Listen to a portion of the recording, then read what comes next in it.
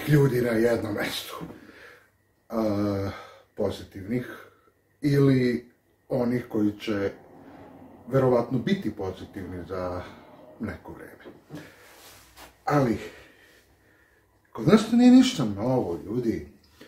Mi smo navikli kad god nas pritisne neka muka da jednostavno udarimo brigu na veselje. Pritisne nas korona, mi gdje ćemo, šta ćemo, ajde u kafanu. Kad nas policija izbaci iz kafane, gdje ćemo, šta ćemo, ajmo na koncert Crvene jabuke u Combank dvoranu. Kad nam i to zabrane, onda nemamo drugog izbora nego da se okupimo ovako, jer gdje ćemo drugačije nego na trgu, to jest na Savskom trgu kod spomenika Stefana Nemanje, jer ne ide da se srpsko kolo vijori pored nekog drugog spomenika. Sad, poznato je do duše da smo mi nebeski narod, to sad u posljednje vreme sve nas više ide u nebo zbog cijele ove situacije, ali koga briga, pa i kada je poznato, pa eno onomad kad su bombe bacali na nas, mi umjesto da bežimo, da se krijemo, mi koncerti, trgovi, mostovi, udri, bre, ne može nam niko ništa, ko što kaže Mitar Mirić, jel da? Ljudi, svakako je da sve ovo nije za pohvalu u celoj ovoj situaciji. Ali sa druge strane, možda upravo ti ljudi koji su zaigrali kolce su isti oni ljudi koje su ubeđivali da je ovo najsmešniji virus, koje su slali u shopping u Milanu, u Rim, gde on beše. Možda su to isti oni ljudi kojima su rekli da virus nestaje pred izbore, pa se posle izbora ponovo vraća. Možda su to isti oni ljudi od kojih se možda ili ne krilo pravo činjenično stanje.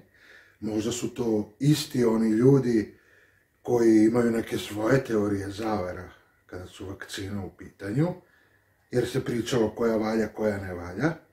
Možda su jednostavno to isti oni ljudi koji su gledali kao ja iz autobusa dok se reklamiraju koncerti u nekim tamo dvoranama i gdje se u najveće prodaju ulaznice za te koncerte, a niko ne reaguje, nego se reaguje tek posle tog koncerta.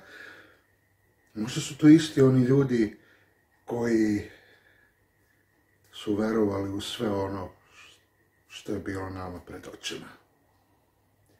I kako onda da ih osudiš sa jedne strane?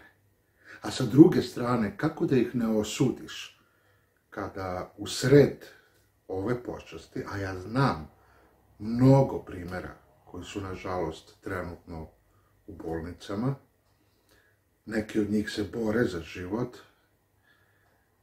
neki od njih su uspjeli da se izbore, za neke od njih se nadam da će se izboriti. Kako da ih ne osudiš, a sa druge strane kako da ih osudiš? Ja znam da je sve ovo dosadilo više, i Bogu i ljudima. Znam i da